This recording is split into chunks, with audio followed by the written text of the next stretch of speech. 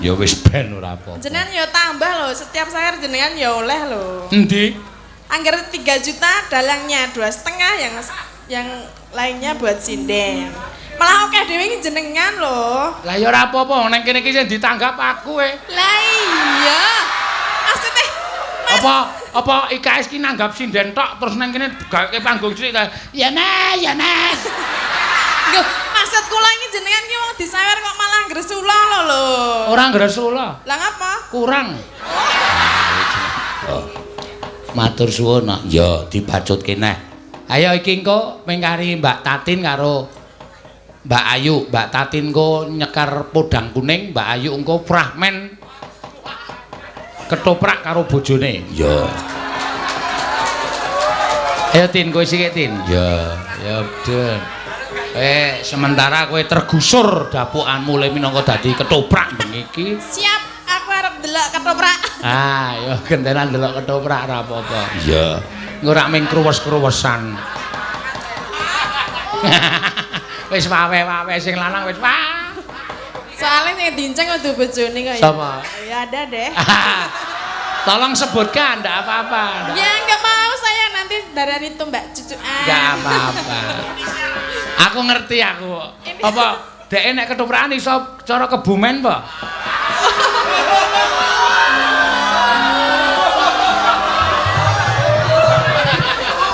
Cara apa iso ya, Pak? Cara apa iso? Ngapur kok bocah. Iya. Nyo jatahmu nyo. Napa? Lho iki podang kuning 200.000. Ya, kabeh. Matur nuwun nggih, Pak. Matur suwun sami-sami. Ya. Ya, podang kuning diaturake. Heeh. Aku bingung. Apa ke? Aku bingung. Heeh. Aku bingung saben dina ngurus manuk. Ya. Mikir. Pejet wae modar mbok wis.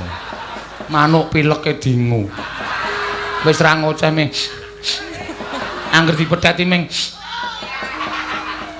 Iki sasri-sri do seneng kabeh. Ya. Ya ora apa-apa. Wis ben ora apa men do tresna karo wayang. Iya, monggo. Ayo, Tin. Aku bingung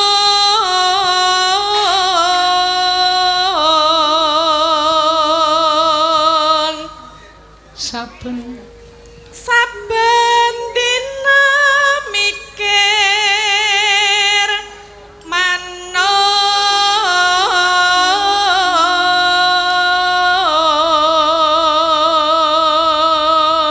Aku ya wis mbayangke engko fragmen ketoprak engko kepiye ya, Nak. Iya. Kula ya silak ra kanthi ya arep delok. Heeh. Soale anu pemaine lanang ki nek ana sinden anyar karepe arep dijak main ketoprak kan. Ora sapa-sapa pokoke anggere ana sing anyar lho, sing wedok mecucu-mecucu. Kowe engko le ngetoprak sangu gunting wae yo. Kira-kira ngeyel bles. Bles ki aja ngon wetenge. Ngapa? Matane. Kudu aku lho, guys. Lah sing marahi mlelak-mlirik ra ya kuwi to. Ayo ben ya mripat-mripate dhewe kok ya. Lah iya. Pingi ya gayane ya. Nek aku tak pindah kono neh.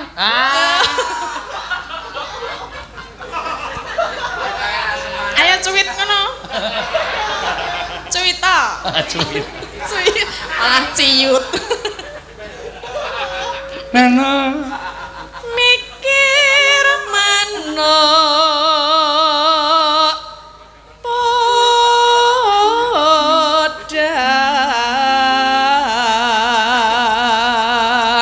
jane arep ana tambahan meneh iki mau. Napa? Pak Tristianto. Asistene Pak Tumyono chatting aku. Waduh, mau minta lagu kok semua udah dilakukan. Besok aja. Ya. Ndak usah Pak, besok juga ndak usah, ndak do tambahan penghasilan ki do gleleng e. Ha iya.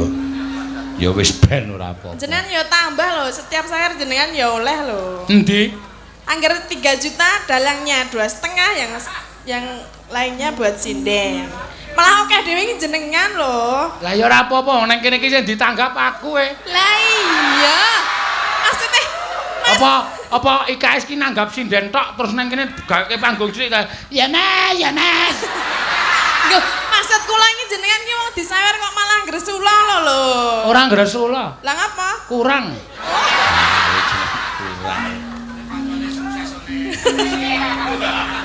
Karo kae, mesti males aku kae. Iso komentar kae sik cedhis bintang samudra kae.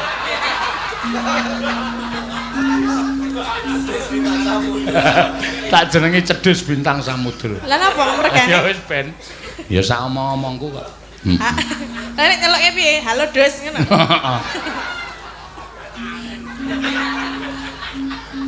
Agawe gregeting ati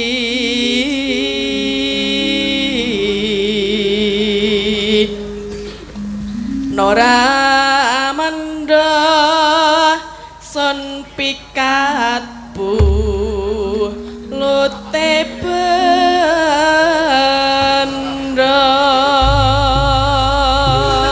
ya mangga podang kuning ya yuk esok awan ning omah wis ora kerasa uyuran aku lek isih tak sayang mudah-mudah miter